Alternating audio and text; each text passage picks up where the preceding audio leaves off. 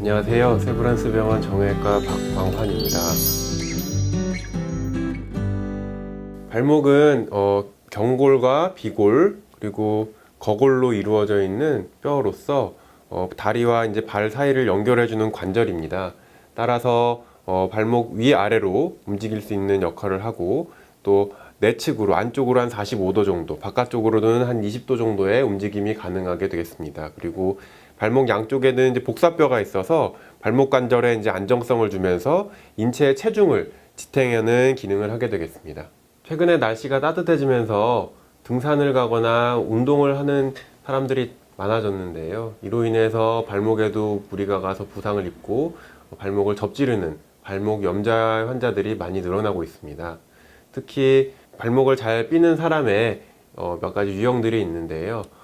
일반적인 건강인에서 특히 이제 위켄드 워리어라고 불리는 주말에만 열심히 운동을 하는 그런 사람들이 많이 있습니다. 그분들은 이제 주말에 평일날은 운동을 못 하기 때문에 주말에 운동을 몰아서 열심히 하려는 경향이 있다 보니까 의욕이 앞서고 준비 운동을 하지 않고 무리한 운동을 하게 됩니다. 따라서 발목을 접지를 가능성이 높아지고 병원을 찾는 경우가 많아지게 되겠습니다. 두 번째로는 발목 인대 만성 불안정성이 있는 환자들입니다. 이러한 환자들은 이전부터 발목을 수차례 접지렀던 이제 병력이 있으셨던 환자분들이고 이번이 처음 접지르는 것이 아니고 만성적으로 발목 인대가 덜렁거리는 증상들이 있고 새로이 부상을 한 번 더 입은 경우입니다. 이러한 환자분들은 이미 완성화된 발목 인대 손상을 가지고 있기 때문에 그것으로 인해서 회복이 더 쉽지 않고 심지어 수술적 치료까지 필요한 경우들이 많이 있겠습니다. 세 번째는 전신 인대 이완증이라는 그런 특성들이 있는 환자분들입니다. 전신 인대 이완증이라는 것은 자기 몸에 이제 큰 관절들이 유연성이 아주 높다는 것인데요.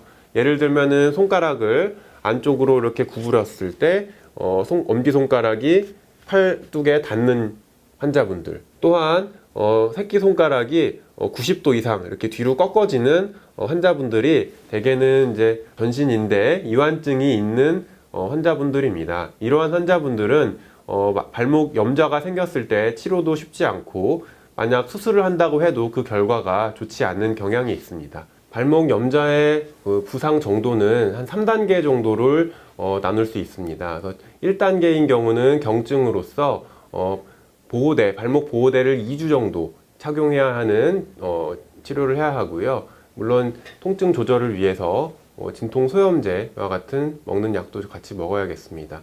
2단계인 경우는 환자분이 발목을 딛기 어려울 정도로 그런 통증이 있는 경우를 2단계라고 하고 이 또한 반기부스나 이러한 고정을 2주에서 3주 정도 해야 되는 경우가 많이 있습니다.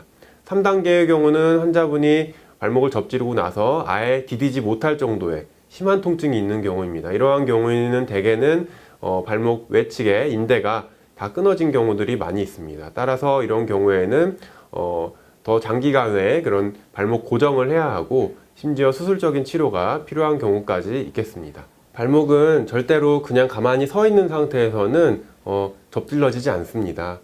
운동을 하거나 점프해서 착지할 때 또는 계단을 내려가거나 할 때 접지르는 경우 또는 등산 특히 하산길에 발목을 접지르게 되는 경우가 많은데요. 따라서 항상 하산길에는 접질러지지 않기 위해서 보폭을 작게 하고 천천히 무리하지 않는 범위 내에서 내려오시는 게 좋겠습니다.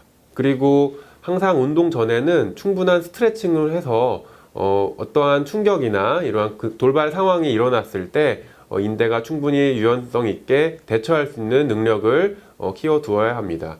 이상 말씀드린 내용을 바탕으로 안전한 운동, 안전한 산행을 하셨으면 좋겠습니다.